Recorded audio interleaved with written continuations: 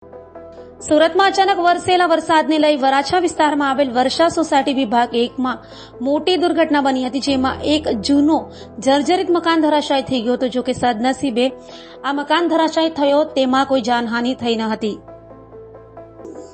સુરતમાં હવામાન વિભાગની આગાહીને લઈ સોમવારે બપોર બાદ વાતાવરણમાં પલટો આવ્યા પછી વરસાદ વરસ્યો હતો, જેમાં વરાછા વિસ્તારમાં એક જૂનો જર્જરિત મકાન ધરાશાયી થયો હતો। વરાછા વિસ્તારમાં આવેલ વર્ષા સોસાયટી વિભાગ 1 માં એક મકાન ધરાશાયી થયો હતો। મકાન માલિકને જર્જરિત મકાનની અવારનવાર રજૂઆત કરાઈ હોવા છતાં કોઈ કાર્યવાહી કરાઈ ન હોય, જે કમોસમી વરસાદમાં ધરાશાયી થતા આખા વિસ્તારમાં ડરનો માહોલ જોવા મળ્યો હતો। જો કે મકાન ધરાશાયી થતા કોઈ જાનહાનિ થઈ ન હોય, હાશકારો અનુભવાયો હતો।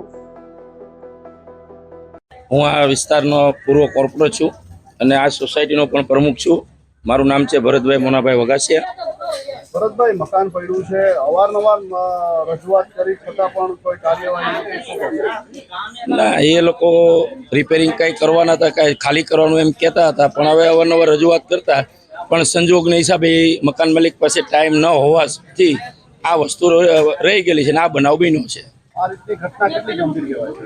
ઘટના તો ગંભીર છે અને કોઈ પહેલી વસ્તુ તો એ છે કોઈને જાનહાનિ નથી થઈ। પહેલી વસ્તુ એ છે। આમાં કોની બેદરકારી કહી શકાય? બેદરકારી તો મકાન માલિકની કહી શકાય, બાકી કોની કહેવાય।